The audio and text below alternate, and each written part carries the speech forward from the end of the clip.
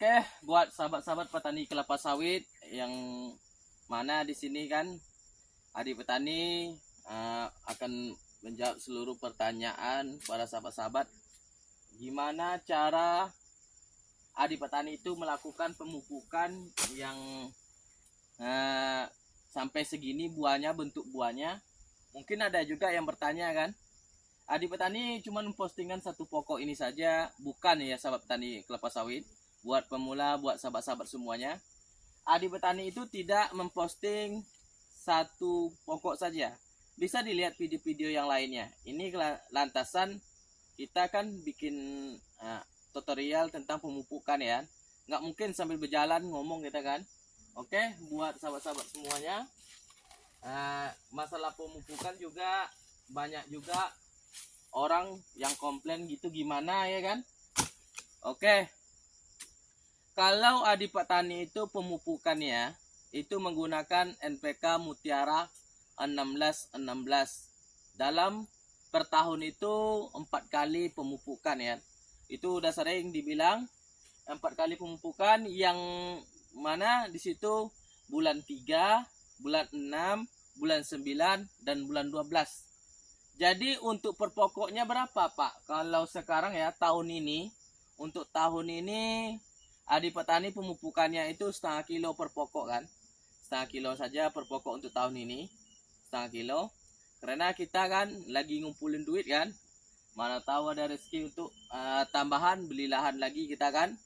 Ya rencananya banyak sahabat-sahabat petani kelapa sawit yang sahabat-sahabat lain ya kan, menganjurkan saya untuk coba menanam bibit unggul kan. Ya akan saya coba nanti untuk menanam bibit unggul kan. Jadi di sini adik petani untuk menanam bibit unggul ini tujuannya untuk memperbandingkan saja, membandingkan apakah unggul itu lebih unggul daripada yang sawit adik petani yang di belakang ini kan. Ini yang di belakang ini kan, ini nggak tahu ini cangkangnya tertebal atau tipis. Ini kulitnya tipis, cangkangnya besar, tebal. Nih kulitnya tipis, cangkangnya besar. Oke, kita lanjut kepada topiknya langsung. Pemupukan dari bulan 3 itu setengah kilo. Karena MPK itu unsurnya ada 3 unsur ya. Disebut pupuk majemuk ya kan. Ada 3 unsur. Pertama, nitrogen. Nitrogen itu apa? Nitrogen itu ya sejenis pupuk urea. Sedangkan fosfat itu sejenis pupuk TSP 36, TSP 45 atau 46, pokoknya TSP. Sedangkan untuk kalium oksida itu adalah yaitu KCl. Jadi 16%. Jadi adik petani di sini pemupukan dalam setahun itu 4 kali kan, 4 kali. Untuk nitrogennya itu dikali 4, 16 dikali 4 berarti 4 kali 6 12. Ya, 4 kali 6 24, sisi 2 456. 64% dalam per tahun per pokoknya yang sebesar ini. Jadi lumayan besar juga untuk ureanya kan, setahun 64% kan. Udah lumayan besar, udah tinggi itu budgetnya. Sedangkan untuk fosfatnya juga 64%. Sedangkan untuk kalium oksidanya 64%. Jadi keseimbangan dan kesetaraan pemupukan itu sama ya kan. Itu tidak masuk dengan pupuk jenis yang lain seperti magnesium, yaitu seperti yang adik petani gunakan, yaitu castrate. Castrate, magnesium itu lebih baik ya kan ditanam mineral. Jadi magnesium tadi adik petani gunakan dalam setahun itu 2 kali. Jadi 2 kali itu per pokoknya adalah 1 kilo. Berarti 1 kilo berarti 2 kilo berarti 27%, ditambah berarti 54% per tahun untuk magnesiumnya. 54% ya kan. Itulah keseimbangan setara pemupukannya. Jangan kira ya, kalau kita tidak paham cara pemupukan dan perawatan ya, apapun jenis bibitnya, baik yang unggul kali maupun yang tidak unggul, ya kalau tidak pupuknya tepat, tidak tahu cara persen-persennya, ya nggak bisa. Oke, buat sahabat semuanya. Ini banyak yang juga komplain. Kita mengikutin aturan PPKS. Ikutin aturan PPKS. Itu PT, bro. Emang kita ini sanggup ngikutin PT? PT pupuknya ini sanggup nggak? Kita ini masyarakat biasa, dananya biaya sedikit. Makanya jangan ngomong PT.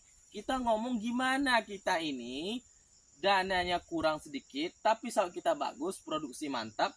Wah, makanya kita harus pintar berpikir untuk mengelola gimana hasil produksi kita meningkat dalam mengeluarkan biayanya tidak terlalu banyak.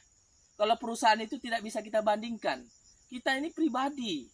Jangan kita samakan ikutin perusahaan PPKS, bicara pemupukan PPKS. Ya, ikutin aja sama ente. Mungkin ente lebih kaya, ente mungkin luas kebunnya banyak, mungkin bisa. Tapi kalau kami ini nggak sanggup. Oke, itulah persennya. Jadi kalau umurnya nanti udah 10 tahun ke atas, itu minimal per pokoknya 1 kilo. Jadi 1 kilo itu berarti dalam apa tuh, berarti dalam per tahunnya itu kan 1 kilo. Jadi kalau dinaikkan lagi 2 kilo itu kan per pokoknya itu menjadi 64% ditambah 64%, bisa dikalikan saja. Jadi 128% per pokoknya. Itu udah lumayan tinggi. Nah, apa nggak kan sawitnya meledak buah seperti ini kan? Meledak bos katanya kan, meledak buahnya. Nah, inilah sawit Adi Petani. Nah, ini sawit Adi Petani yang mana di sini mungkin satu posting ini saja, bukan. Ini bisa kita lihat kondisinya kan. Ini masih ada besarnya, belum ada kunyit-kunyit matangnya, masih muda nih. Nih. Rapat susunannya kan. Nah, itulah. Ada juga di antara para petani-petani kita ini kan yang bilang kalau kebanyakan boron, kebanyakan CU bisa mati sawitnya. Kalau ini nggak mati. Nah, batangnya sama besarnya nggak mati kan. Yang ngomong yang mati itu karena mungkin gimana ya? Gimana kita tuh supaya miskin terus? Ya nggak maju-majunya kita kan sebagai petani swadaya ini, petani masyarakat ini kan, supaya nggak maju-majunya kalau saya nggak masuk. Karena pola di lapangan, tugas di lapangan sama di kantor itu berbeda. Kalau di lapangan kita langsung lihat kondisinya, bisa kita lihat keadaan dan kondisinya setiap hari. Oh, ini kekurangannya, tahu. Tapi kalau di kantor kita nggak tahu apa bentuknya seperti apa. Yang tahu kita itu aja. Kalau kita di kondisi di lapangan udah tahu bentuknya, oh buahnya seperti ini. Oh, kekurangannya ini. Nah, itulah sebab petani pemula. Jadi, kalau mau sukses dalam berkebun kelapa sawit, itu kuncinya adalah kita harus pemupukannya harus teratur, harus keseimbangan unsur hara. Yang kedua, perawatannya harus teratur dan keseimbangan dalam herbisidanya, dan keseimbangan dalam menunasnya atau browning bahasa kita kan. Oke, cukup sekian sahabat petani kelapa sawit. Itulah yang Adi Petani jelaskan, pupuk yang dilakukan oleh Adi Petani itu yang sesuai yang Adi Petani lakukan sendiri. Salam penantan kelapa sawit. Assalamualaikum warahmatullahi wabarakatuh.